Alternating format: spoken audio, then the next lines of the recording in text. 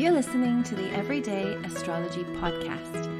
I'm Hilary Scott, your astrologer, and I'm here to bring you the current planetary conditions. So I hope you are doing well. It's kind of hard not to feel pretty good around this full moon, leading up to the winter solstice, leading towards the end of the year, because Jupiter is in a really nice formation connecting to the full moon that gives us like hope and luck and opportunity and truth. There's a sextile between the Sun and Jupiter not long after the full moon on the 18th.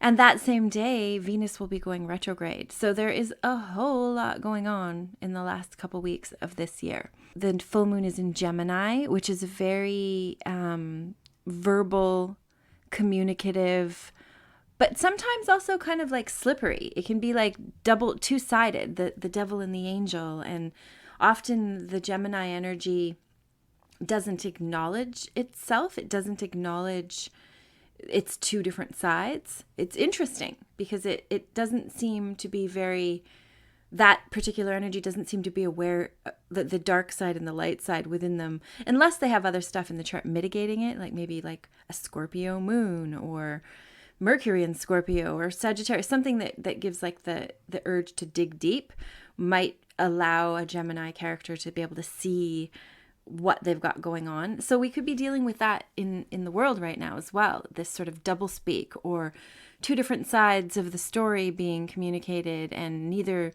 sort of admitting the other's, I guess, authenticity or truth. It's very tricky, but there is really good energy around the full moon. So even though there's some tricky aspects, there's also really lovely things like, for instance, this energy of Jupiter sextiling the Sun. It gives us hope, and I always feel like hope is like a passive word. I don't know why. I have a dislike for the word hope. It just seems so like, well, I hope so. It's not decisive enough. like it's, I want to know so, not hope so. I mean, even if it doesn't turn out the way you wished, it's better to kind of be, certain of what you're creating. It's important to create what we want to create, that we have like a sense of certainty to it. And even that we declare, like we use I think that's something that's important around the full moon, is we can be very conscious of our inner workings, more aware of what's going on because of this opposition and between the Sun, which is in Sagittarius, right at the galactic center. And that's pretty cool because the galactic center is a point in Sagittarius where they say that all that connects to star seeds, people who have galactic origins or awarenesses, often people that have connections to this part of the chart are aware that they are, maybe they've had contacts with extraterrestrials or other dimensional beings, or they channel information. Or there's just like a greater awareness of the deeper underlyings of reality when this point in the chart is activated. So to have the full moon opposite the Sun in this area, I think is very, very, like it portends good things is a good way to put it. Because we can see the truth with this energy because the truth comes through the Sagittarian area. So it should give us like a glaringly obvious, pointing out of what the real truth is. So that's cool. We just have to sort of hang in there because it seems pretty crazy out there in the world. And even where I'm in Canada, they're actually, they've like they've shut everything down again, and they're telling us how many people we can have for Christmas, and they've canceled sports events and like all the things, just like in 2020, which is interesting because when it went down in March of 2020, there was also a Saturn square Uranus happening, and we're coming up to this exact square between Uranus and Saturn, and that again is happening, and they're recreating this sort of like push to scare us into doing what they want. So it's pretty crazy. It's like, it almost is like, I just can't believe it's still going on. I'm just like, it's so ridiculous. So many things about it are so ridiculous. And especially if you do go down the rabbit holes, all of this has been predicted. So it's like, okay, here's the next step in the totalitarian tiptoe. But it's also frustrating because it's like, come on, how can we just go on with this? It's just so insulting is what it feels like. But that's what we're dealing with right now. So there is this sort of rising up with the Uranus energy, this resistance to the controlling Saturn energy. And that, I think, is our saving grace. Ultimately, on one level, we're trying to be like squished and silenced and controlled, even exterminated. And on another level, we're being lifted and freed and made conscious of what's going on. So there's definitely sort of a battle royale going on between these sort of different aspects of humanity. It's crazy. So keep that in mind when you're sort of touching base with what's going on in your life and what you need to fix and focus on and create. It's hard not to get distracted by it all, but if you can kind of focus on what you want to create and, use your power of declaration and write it out, write down what you want to create, especially like, the 3 days following the full moon still gives you a lot of that like full moon energy. So write down what you want to create, write down what you want to let go of and what you're ready to be done with, which is really great. Like, let's just be done with it already. That would be great. But there might be other things in your life that you're done with as well. With Gemini, it does have to do with communication. It can have to do with travel and often, though, more short distance travel. Sagittarius is more like the world traveler, the opposite of Gemini. But the sun is there right now, too, in Sagittarius, creating this opposition with Gemini. So there could still be like something about travel that's on the horizon. Or that travel's being restricted, which it totally is right now. So it's like, I'd like to be so hopeful and optimistic, but then this crazy shit just keeps happening. So it's hard to be like constantly up about it. In fact, it's been an incredibly difficult year to try and process. Anywho, what we've got here is this full moon. There are some tricky energies around the full moon with Venus and Pluto. And also there's a square to Neptune that day. It could make things fuzzy and not clear. And the Venus and Pluto energy, it's right at the end of Capricorn. And it's conjoined. It's like within 1 degree. So that's very powerful as it's about to go retrograde too. So we could go through a period where our values, we have to reestablish, rework, re-understand what we value. Maybe like it, with all the things shutting down and like it actually in the new list of things we can and can't do, we can't sing and we can't dance. It actually has that listed there. I was like, wow, singing and dancing. Hey, you've taken that as well, which I'm pretty sure they did in like with all the communist takeovers in China and in Germany and stuff too. Singing and dancing was not allowed. I heard in China they even killed all the birds and what else was it? Oh, pulled out all the flowers at some point in China when the communism really took over, because they didn't want birds and flowers because they made people happy, and happiness is not allowed, nor is dancing or singing. So that could be kind of what the Venus retrograding is hitting on, like that things that bring joy are being removed from our lives. And Venus likes it nice. Venus likes, the finer things in life and pretty and cute and beautiful and harmony, sophistication, all the sort of refinements of life. Venus likes yummy food, socializing, all the kind of fun things, the joyful things in life Venus is into. So having it go retrograde and it's conjoined conjoined Pluto, it could be bringing up a lot of stuff. It could be bringing up a lot of deep, painful emotions, because Pluto can be really painful. Pluto it's often in charge of what we've suppressed or what we've disowned, things that we want to deal with, that we kind of run screaming from, or, drink ourselves out of the realization of, or, binge watch ourselves into a whole new reality where we don't have to deal with whatever it is that needs to be dealt with. With Pluto, though, when it's active, it triggers things to come up.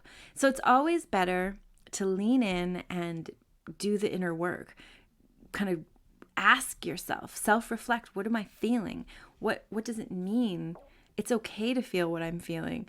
That's the part, like we're in our society, we're so kind of taught to suppress our feelings. We're not taught to honor our flow or our emotional selves in any way. We're taught to suck it up and, get there on time and, stay until we're finished. And we're sort of really conditioned, especially through schooling. Like my nephew's started daycare at 1 year old. So he's literally been on a full-time job his entire life, which is really, can you imagine? I can't imagine that's what human life was meant to be doing.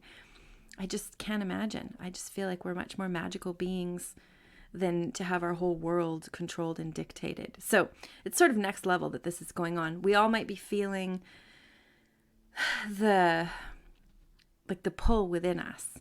Sometimes too, though, when Pluto is triggered, we've had it triggered already. Like it isn't such a surprise whatever comes up when Pluto is triggered. Like we've already gone through it.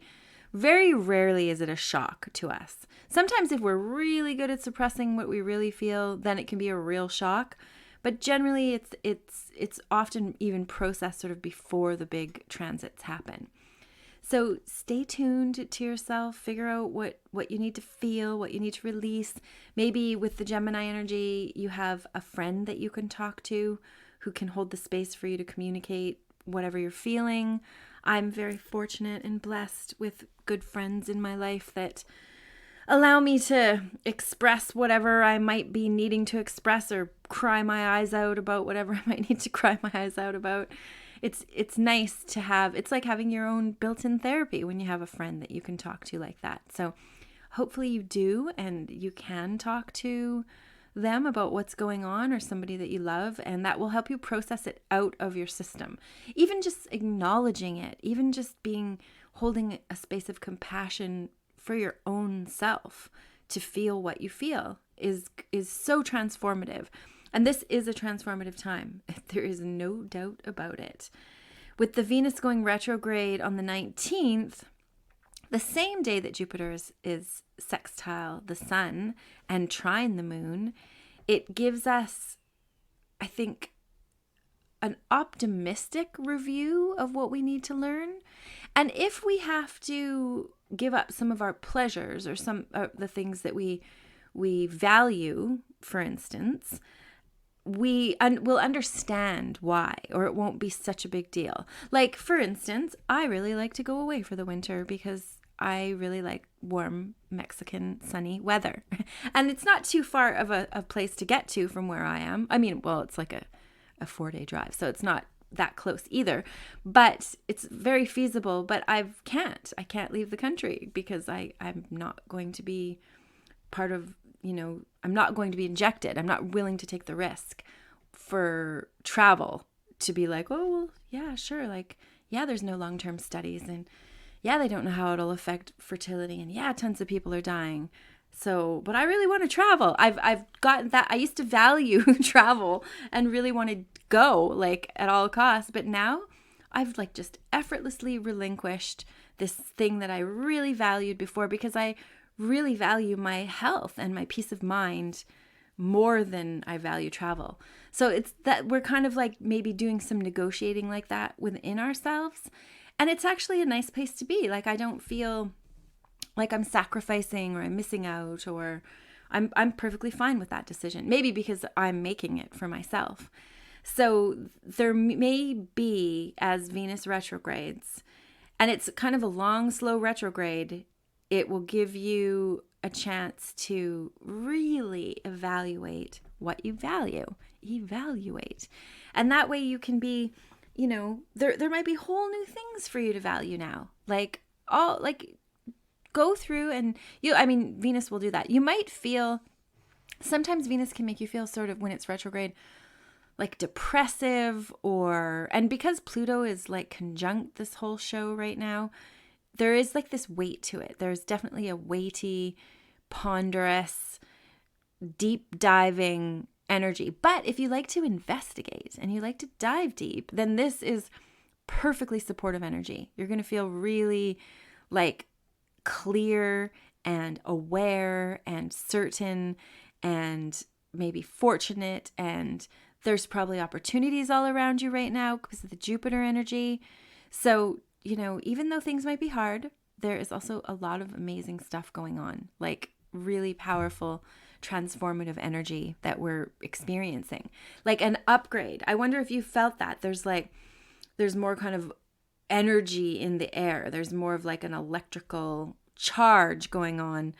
And they actually say that during the full moon, the electromagnetics of the planet make it so that herbs and flowers and like medicinal herbs that the earth plane grows for us actually are the most nutrient dense. So you want to harvest things like, dandelion leaves, or I guess this isn't the time of year for that here, but you want to harvest the medicines around you at the full moon because they're most potent.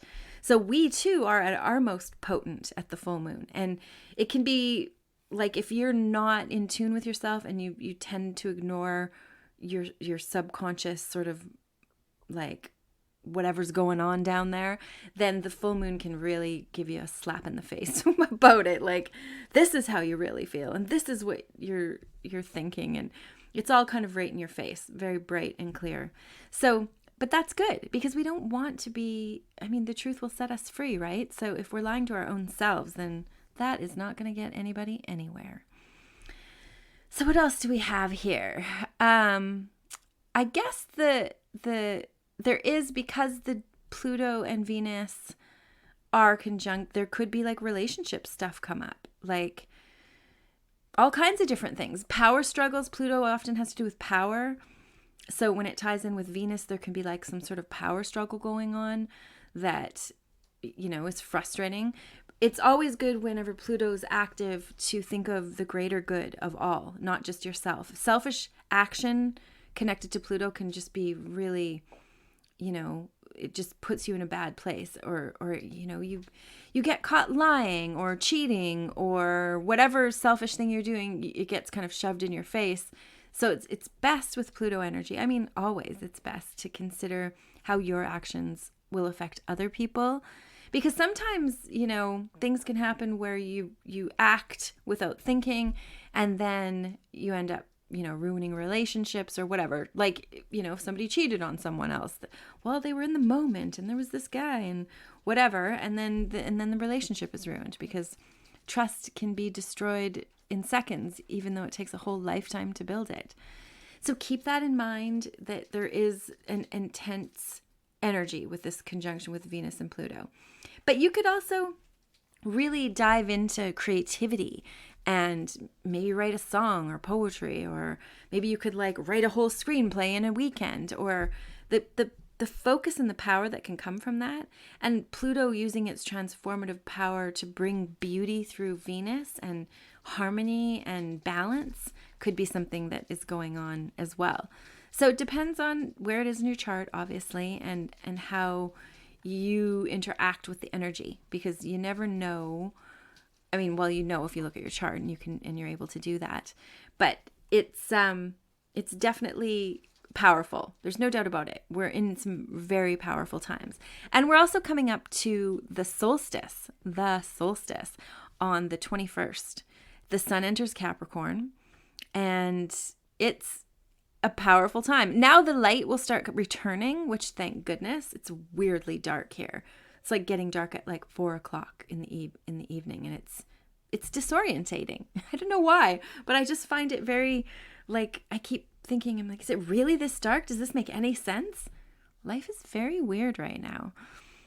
So coming up the solstice, right before the solstice on the 20th, we do have a really lovely trine between Uranus and Mercury. So we could be, and there's also a trine between the moon and Neptune. We could end up getting really like downloads of I love that. Uranus is like flashes of insight, like just downloads of information. Suddenly you understand a whole concept, or you understand a whole canon of information just comes to you. And it's kind of cool. Like the astrology, all the symbols, that's something that when you're learning astrology, you have to learn all these symbols, right? And as you learn all the symbols, each symbol has like a book of meaning behind it, like a whole bunch of information in just this one symbol, like a whole book. So each thing, like if you look at the symbol for, or the glyph for Mercury, it's a beautiful little representation of the energy. And as you learn all these symbols, it's like a whole language that you can learn. But if you have the knack for astrology, which usually people that even dip their toe, they're kind of drawn to it, and there is a knack there naturally, you can download all this information very easily and understand astrology much more easily than you would think it would be to understand it. So Uranus connecting to Mercury is a kind of a symbol of that happening. Like you could download very important information and understand complex ideas in a very easy way. And it's a very truthful energy as well. So I hope that the whole world can see what's really going on here, so we can just get on with things. Because, I just hope it's not true that this is like a 10-year plan and we're just on like year 2 at this point. But it does seem to be true, this whole Great Reset thing, and it's following along right according to the plan. So I guess in that sense, it's better to be prepared for it to keep going on and build our own little worlds beside it as much as we can and keep speaking the truth. The trine between Mercury and Uranus, that is powerful. On the 21st, also powerful. It's the 4 power points of the year are at the solstices and the equinoxes and when the seasons change. So the cardinal signs are the ones that kind of stand at the gates of the season changes. And Capricorn is the one that's standing on this gate. Interestingly, the moon on that day of the solstice will be opposite to Pluto and to Venus. Again, activating that Pluto-Venus conjunction energy on the solstice. So the power points of the year can actually kind of forecast. Astrologers look to the charts for the winter solstice and the equinoxes to see what the next 3 months are going to be like. And it kind of gives you a snapshot from whatever the chart is. So I think the next 3 months are going to be pretty intense, especially because having Pluto and Venus there in Capricorn. But I do, even though this is kind of intense and that same sort of digging and understanding and reevaluating, figuring out things that have value, it really is like a resetting of priorities and using our discernment. And we have discernment, that's for sure. We are born with it. Freedom is our birthright and our ability to perceive the truth. We all have it. And hopefully now with this Plutonian energy being so strong, we're able to access it. Tricky part though, I guess, is that Pluto can be the dark side of Pluto is control and power, and it can be like abduction and rape and like all the dark taboos, like ritual abuse would be under Saturn and Pluto. So all kinds of, dark side stuff can be connected to Pluto too. So that's the other side of the story. There is like this opposition struggle going on between what is right and true and divine, and from our our divine rights as earthlings to this sort of big pull for power.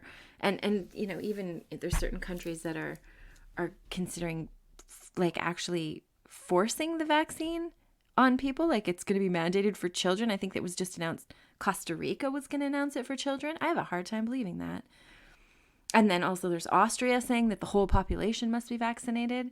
So that is very Plutonian. Like, who are you to say that we should be participating in this experiment by force? Like, what the hell? It's a crazy time. But Pluto can be, when it's dark and distorted, it can do some dark and distorted things. So I think that's kind of what's playing out a little here. So hopefully strong either Uranus or Sagittarius or Scorpio in their chart. Probably Virgos are seeing things too. Definitely Scorpios. Anybody with that sort of digging type personality or also rebellious nature is, it's all very obvious to them because they've always been seeing the stuff that's going wrong, like the wrong stuff going down in society. So anyway, I hope that you're able to speak your truth and that you don't shy away from it and be brave, because if we don't speak up, then we could just really, our society could crumble. Societies have crumbled before.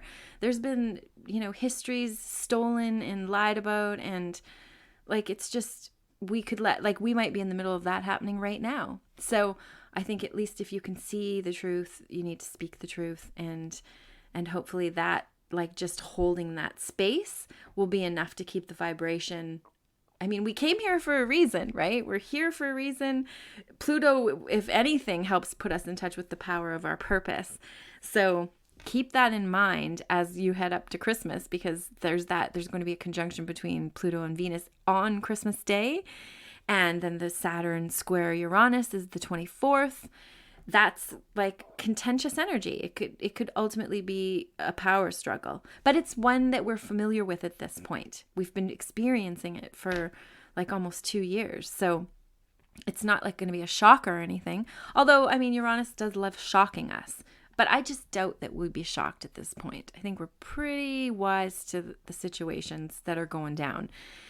But we get to be even wiser when Pluto conjoins Venus, and we get to tap into our deep esoteric awarenesses because of that energy, or even just tap into our wounds, which is a really good thing to tap into it, feel it.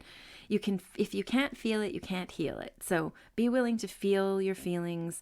And it's frustrating, and you kind of gotta I think the getting back to normal is never happening. There is no it's impossible at this point, I think. So many people have lost so much that how can you ever get it back? The 26th, there's some nice aspects. There's a sextile between Mercury and Neptune, where you could get some really beautiful ideas and maybe design something or write something or create something or listen to music, be an aficionado. But any sort of important communication with the spirit realm will be very strong on that day. You might be able to tap into loved ones that are gone or pets that have passed, or you might even just suddenly start channeling your higher self and get really clear certain answers of what to do and where to go. But any sort of tapping into the otherworldly realms, hot baths are good with essential oils and some Epsom salts, make it a healing kind of brew to steep in. That sort of stuff will feed that Neptunian energy. When you listen to music and it's just so good, you're it's just joy to your ears. That's the kind of aspect that would create that real appreciation of these wonderful things on the earth plane, like music. What magic is that? So anything that does that for you, there was this beautiful, where I am in Canada doesn't actually get a lot of snow. It's on the west coast. So when it snows, it's it's snowing. It's a big deal. Usually it doesn't last even overnight. Sometimes it does. Sometimes it can happen. But last night there was this beautiful, big, heavy flakes, and it ended up leaving 5 inches of snow on all the trees and the fences, and it was just so beautiful. And I had this laser light Christmas things that were shining into the snow. Oh, so beautiful. That's sort of little moments in life that Neptune kind of hands us to remind us that it's precious and special and magical. It's very, there's so much beauty on this earth plane. It's a shame that isn't what's leading the way in all of this, is, our push for harmony and all of that. But who knows? We've kind of got things shifting, and I do believe that we will have things shift to much better times. Like I think I really do. I think that this coming year we're going to be clearer about what's going on, and it won't be, hopefully they'll just memory hole this whole crazy experience and everyone gets out alive. But that's kind of it. I would say the most important things for this next few weeks. Make sure that you write stuff down. Oh, one thing I would like to tell you is there is this wonderful company called Ephemeris, which is the thing that we use. I always wonder if I'm pronouncing that right, but I think I am. It's that you'd think I would know considering what I do. But it's the thing we use to locate the exact movements of the planets. It's like a chart. It's like a table with the movements of all the planets and the degrees they're in. That's what the word means. But this wonderful company, it makes these really cool, very unique, because they use your actual birth chart to create like a pendulum. It can be on a bracelet or not a pendulum. Oh my gosh, what is it called when you wear something around your neck? Okay. What is it? What is that when you, not a pendulum. I can't even remember the word. Oh my goodness. The thing you wear around your neck and you wear it and it's like a medallion. Anyway, it's a beautiful wear around your neck thing. Oh, I still am not remembering it. A medallion? A beautiful medallion. That doesn't sound right. But it's this like basically a jewelry, a form of jewelry that shows your birth chart on it. And, you can wear it around your neck, or they've got ones for bracelets. And they also do like posters of your specific birth chart, like artwork, so you can see it laid out. It's very cool, very unique. And I really think you'll probably love it, especially for like Christmas presents and things. I think you might want to check it out. I will leave a link to that because you get, through me, I think you get a 10% discount off of it, which is great. I mean, discounts and deals are fantastic. So I hope you find that interesting. Make sure you check it out because like what a cool gift, especially for an astrology lover, which you must be, or you wouldn't be listening to this podcast right now. So that is it. I hope that you're able to tap into your deep certainty and knowing and calm. Hopefully you've been through all this before. You know what's coming. You know how to deal with it. Make sure you write down what you're letting go of and what you're creating. That's important. And just really stay grounded. We need to stay grounded and breathe in the new energy and breathe out the old. It's so simple, just so simple. So that's it. Thank you so much for listening. I very much appreciate it. And I wish you well and happy and abundant for this next new moon cycle and the winter solstice. Thanks for listening.